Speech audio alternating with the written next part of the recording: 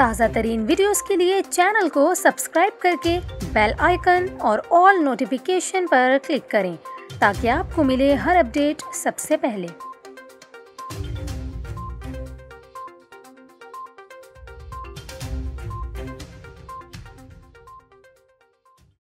السلام علیکم، آپ دیکھ رہے ہیں نیوز 24/7 اردو اور میرا نام ہے کومل خان۔ ناظرین، ابھی آپ کو کراچی سے افسوسناک خبر دیں۔ کراچی کے علاقے سولجر بازار میں ایک گھر میں دھماکے کے نتیجے میں 4 بچوں سمیت 7 افراد جھلس گئے۔ پولیس کا دھماکے کی نوعیت کے حوالے سے کیا کہنا ہے، یہ ہم آپ کو آگے چل کر بتائیں گے۔